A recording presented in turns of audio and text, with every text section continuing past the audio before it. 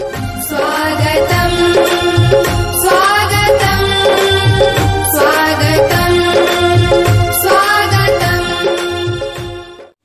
नमस्कार, जय जगन्नाथ। मु विजय स्वागत करुछि आपण मानकर प्रिय YouTube channel yoga and literature रो आउ एक स्वतंत्र अध्याय को।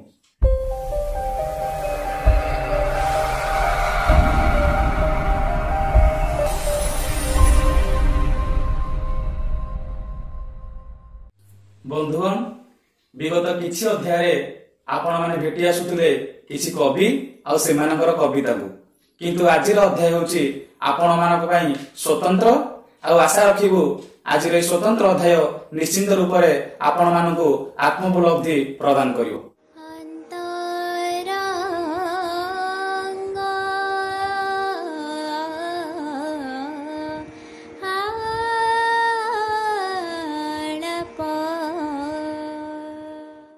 बयस केबे भी सारस्वत साधनारे अंतराय सृष्टि करि पारे नाही। एहाकू सत बोली प्रमाण करि देखाइछन्ति वर्तमानर वर्षियान कवि आर्तताण मानसिंह। बयसर अपराह्ନରେ ମଧ୍ୟ से सृष्टि करि चलिछन्ति गोटिए परे गोटिए उच्च कोटिर कविता संकलन। पल्लीप्राण कवि आर्तताण मानसिंह ओडिया कविता जगतर जड़े सुयोग्य विंधाणी। तांकर जन्म होइथिला अविभक्त पुरी जिल्लार बालकाटी ठारू चिलिका पर्यंत विस्तृत दया नदी कूल अवस्थित बसंतपुर ग्रामर एक संभ्रांत खंडायत परिवार रे। पिता स्वर्गत बंशीधर मानसिंह और माता स्वर्गता नक्षत्र मालंगा ठारू 1940 मसीहा पौष कृष्ण नवमी तिथि रे कवि मानसिंहकर जन्म। पिलाटी दिनरू गाँ प्रति तांकर थिला अहेतुक ममता, जहा तांको आनी देइथिला जड़े पल्ली चेतना भित्तिक कविर मर्यादा। गाँर नई पठा सांगसाथी संस्कृति परंपरा गाँर समस्या गाँर रीतिनीति चालीचलनी तांको गभीर भाव में विमोहित करथिला। जीवनर अनेक मुहूर्त से कटई देइछन्ति पल्ली अंचलर सरल सावलील वातावरण रे। सेथिपाई बोध हुए तांको कलमरू अति निखुण तथा जीवंत भाव में झरी आसीछि पल्ली चेतना भित्तिक कविता मान। तांकर ही कृतित्व निमंते पुरीर प्रफुल्लचंद फाउंडेशन तांको पल्लीप्राण सम्मान रे भूषित करिछन्ति। एजावत तांकर 4टी कविता संकलन प्रकाश पाई आदृति लाभ करि सारिछि। सबुथिरे से तांकर पारदर्शिता प्रदर्शन करि पारिछन्ति। खाली पल्ली चेतना भित्तिक कविता काहींकि भगवत चेतना भित्तिक कविता ठारू आरंभ करी रोमांटिक चेतना पर्यंत तांकर कविता जगत परिव्याप्त।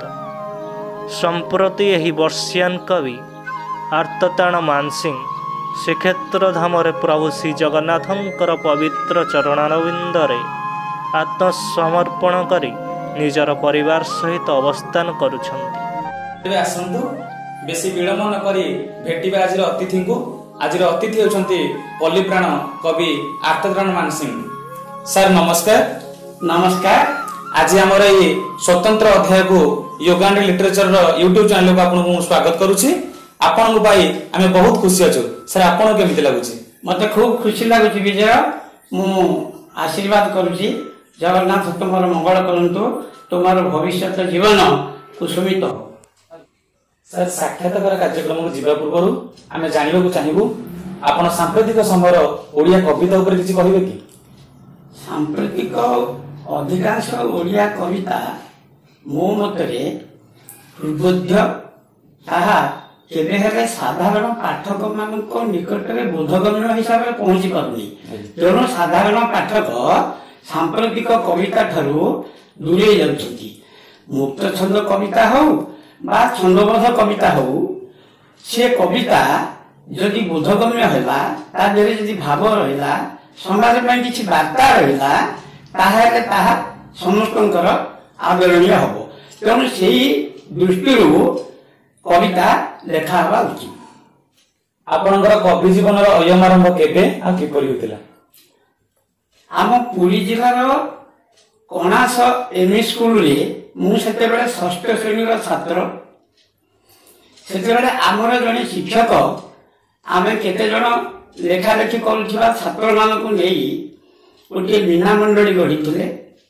से बीना मंडली जरिया आमे गल्प कविता ये सब लेखी दैनिक प्रजातंत्र कागजर मीना बजार विभाग को पठाऊ एवं सेठारु जेतेबेले से कविता गल्प गुड़िक कागज रे छपा हबार आमे देखू आमे भारी खुशी अनुभव करू।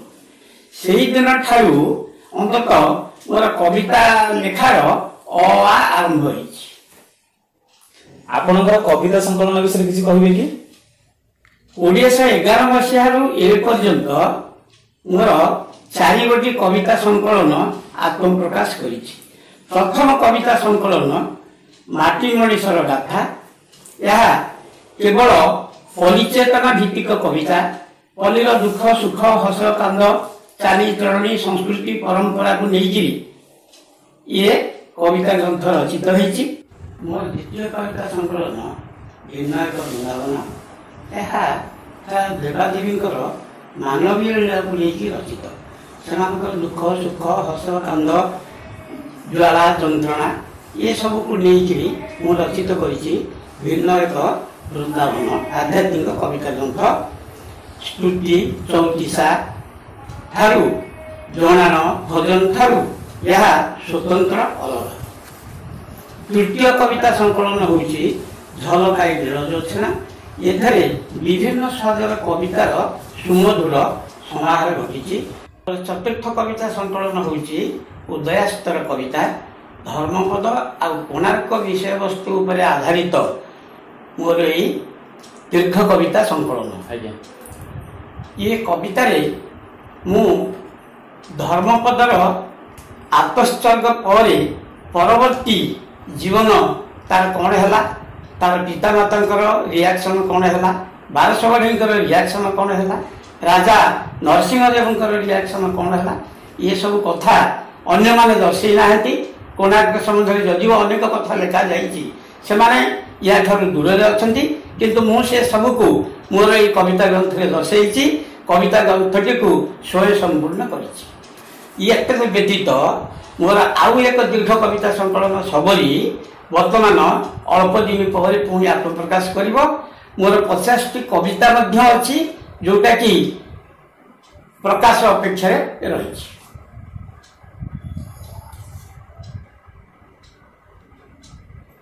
सर आपनकर कविता गुड़ी को अनुध्यान कला जना जाए ता वास्तव में पल्ली चेतना भित्तिक।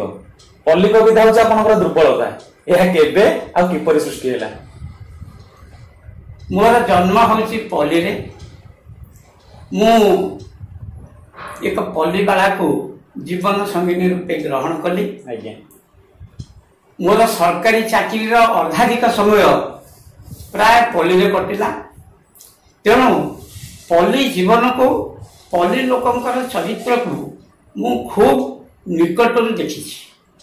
सेमानकर चाली चरणी दुख सुख भल मंद हस कांद निर्यातना सेमानकर जंत्रणा सेमानकर ज्वाला सेमानकर दुख ये सब को अति निकट आपन देखि। अति निकटरू मु अनुध्यान करिछि देखिछि।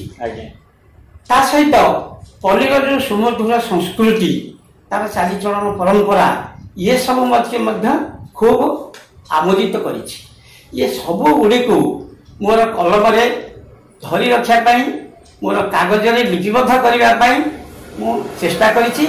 तेणु पल्ली कविता लिखा को मते खूब खुशी लगे एवं से दृष्टि मु पल्ली कविता सब बेले लिखे।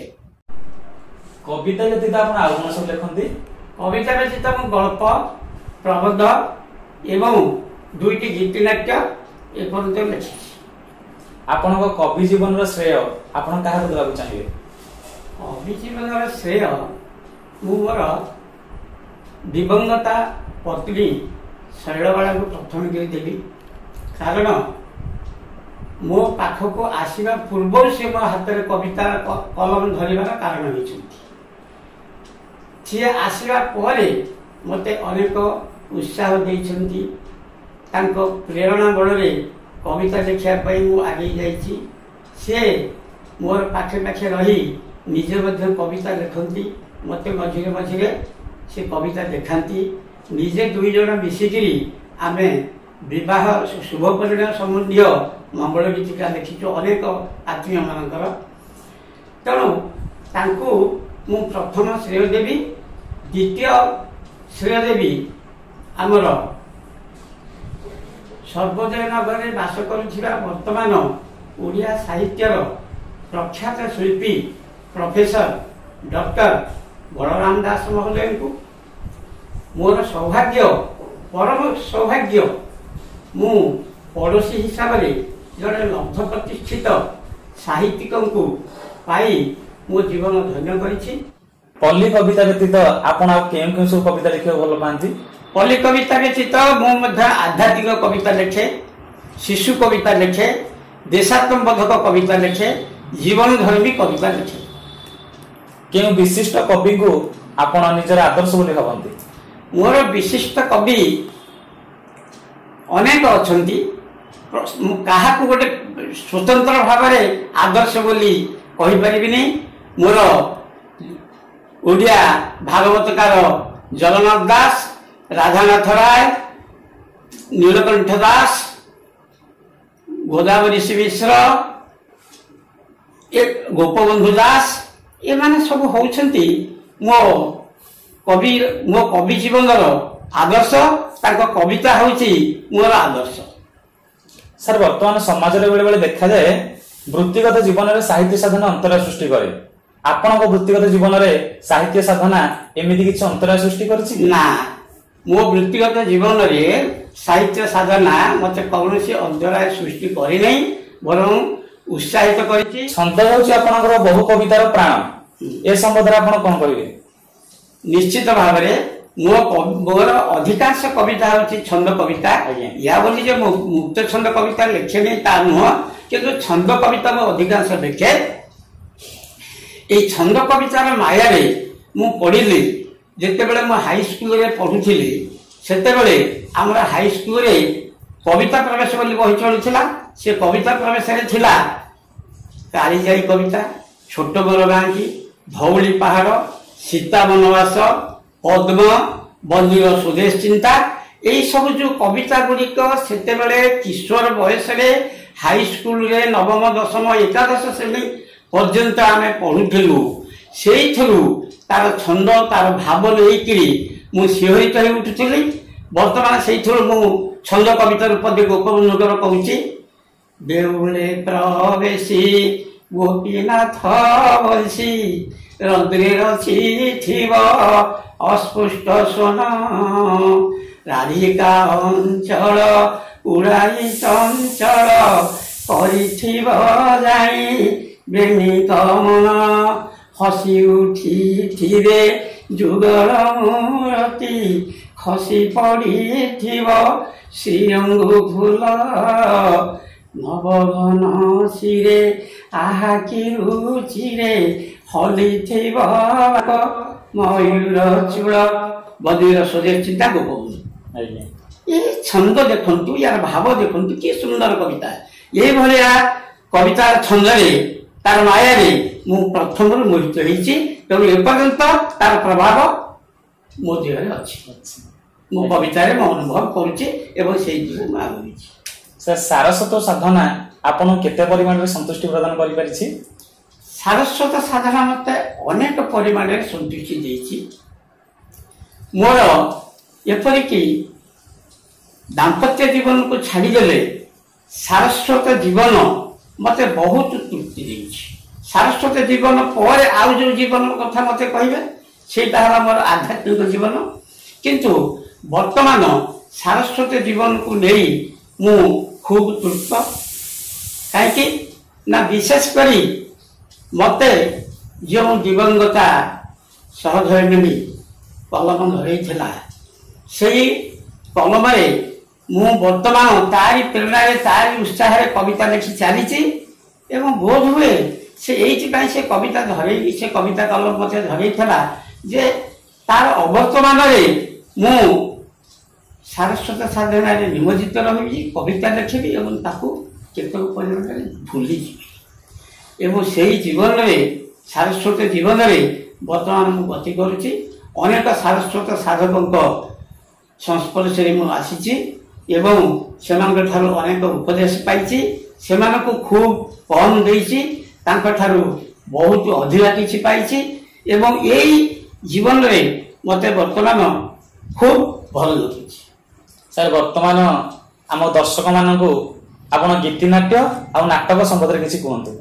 ମୁଁ ତ ଯୋଡ଼ିଏ ଗୀତିନାଟ୍ୟ ଲେଖିଛି। ସେ ଗୀତିନାଟ୍ୟ ଯୋଡ଼ିକର ପ୍ରଥମ ଗୀତିନାଟ୍ୟ ହେଉଛି ସୁନା ହରିଣ। ସେ ସୁନା ହରିଣରୁ ପଦେ ମୁଁ କହୁଛି, କାହିଁକିନା ଏଇ ଯେଉଁ ଗୀତିନାଟ୍ୟ ଦିଟା ମୁଁ ଆମର ବିଭିନ୍ନ ଗ୍ରାମ୍ୟ ରଙ୍ଗମଞ୍ଚରେ ମୁଁ ନିଜେ ଡାଇରେକ୍ସନ ଦେଇକି ତାକୁ କରେଇଛି। ସୁନା ହରିଣ ଗୀତିନାଟ୍ୟର ଗୋଟିଏ ପଦ ମୁଁ କହୁଛି। ଆସମ ପରାଣ ଧନ ହେ ଦିଅ ଏ ମୃଗ ଧରି, ବନବାସ ପରେ ନେବି ମୁଁ ତାକୁ ଅଯୋଧ୍ୟା ବୁରି, ପୁରବାସୀଙ୍କି ମୁଁ ଦେଖାଇ ଚକିତ କରାଇବି, ଚାରୁ ଚାମରରେ ତାର କବରୀ ମୁଁ ବାନ୍ଧିବି। ତାପରେ ଦ୍ୱିତୀୟ ଗୀତିନାଟ୍ୟ ମୋର ଯେଉଁ ହେଉଛି କଳାହରଣ ବା ମହାପ୍ରୟାଣ, ତାର ଗୋଟିଏ ସଂଳାପ ହେଉଛି, ତାର ଗୋଟିଏ ସଂଳାପ ଆମର ଅର୍ଜୁନ ତୁଣ୍ଡରେ ଯାହା ଶବରକୁ, ଆରେ ଶବର ପାପି ଦୁରାଚାର ମୋ କୃଷ୍ଣ ବୈରୀ ଅଟୁ ତୁହି, ଆରେ ଶବର ପାପି ଦୁରାଚାର ମୋ କୃଷ୍ଣ ବୈରୀ ଅଟୁ ତୁହି, ନିର୍ଦ୍ଦୋଷ ପ୍ରଭୁରେ ସରବିଦ୍ଧ କଲୁ, ନିର୍ଦ୍ଦୋଷ ପ୍ରଭୁରେ ସରବିଦ୍ଧ କଲୁ, ଶୋଇଥିଲେ ଯେବେ ଶ୍ରମ ପାଇ, ଆରେ ରେ ଅଜ୍ଞାନୀ, ଆରେ ରେ ଅଜ୍ଞାନୀ, ଏ କ୍ଷଣିତ ମୁଣ୍ଡରେ ବିହାଣୀ, ଆରେ ରେ ଅଜ୍ଞାନୀ। ଏଇଭଳିଆ ମୁଁ ନିଜେ ଡାଇରେକ୍ସନ ଦେଇକିରି ୟାକୁ ମଞ୍ଚସ୍ଥ କରିଛି ଏବଂ ଏଥିରେ ବହୁତ ପ୍ରଶଂସିତ ମଧ୍ୟ ହେଇଛି, ସଫଳତା ଲାଭ କରିଛି। ତାପରେ ନାଟକ କଥା କହୁଛ, ମୁଁ ନାଟକ କିଛି ଲେଖିନି, କିନ୍ତୁ ଅଧିକାଂଶ ନାଟକରେ ଗ୍ରାମାଞ୍ଚଳରେ ଆର୍ମେଚର ପାର୍ଟିରେ ମୁଁ ଡାଇରେକ୍ସନ ଦେଇଛି, ନିଜେ ବହୁତ ସ୍ଥାନରେ ଅଭିନୟ କରିଛି ଏବଂ ମୁଁ ଯେଉଁ ଭୂମିକାରେ ଅଭିନୟ କରିଛି ସେଇ ଭୂମିକାରେ ବର୍ତ୍ତମାନ ଆମର ଗୋଟିଏ ଅଛି ତୋଫାନ ବୋଲି ଗୋଟେ ନାଟକ ଭଞ୍ଜକିଶୋରଙ୍କର, ସେ ତୋଫାନ ନାଟକରେ ମୁଁ ଚୂଡ଼ାମଣି ରୋଲ କରୁଥିଲି। ସେ ଚୂଡ଼ାମଣି ରୋଲରୁ ମୁଁ ପଦେ ସଂଳାପ କହୁଛି। ନର ପିଶାଚ ଶୈତାନ ସମସ୍ତଙ୍କୁ ପାଦରେ ଧରି ବଡ଼ ହବାର ଅଭିନ୍ନ ପ୍ରୟାସ ତୁମର କାହିଁକି? ଆରେ ସିନ୍ଦୁରା ଫାଟି ଆସୁଛି, ସିନ୍ଦୁରା ଫାଟି ଆସୁଛି, ତମର ଏ ବଡ଼ ଲୋକର ଅବସାନ ନିଶ୍ଚୟ ହବ। ସମାଜରେ ଯେଉଁମାନଙ୍କୁ ତଳିତଳାନ୍ତ କରି ତୁମେ ବଡ଼ ଲୋକ ହେବାର ସ୍ୱପ୍ନ ଦେଖୁଛ, ସେଇମାନଙ୍କୁ ସମାଜରେ ସୁପ୍ରତିଷ୍ଠିତ କରିବା ପାଇଁ ଚୂଡ଼ାମଣି ତୁମରି ରକ୍ତରେ କହିବ ବାହାର ସୂର୍ଯ୍ୟର ତର୍ପଣ।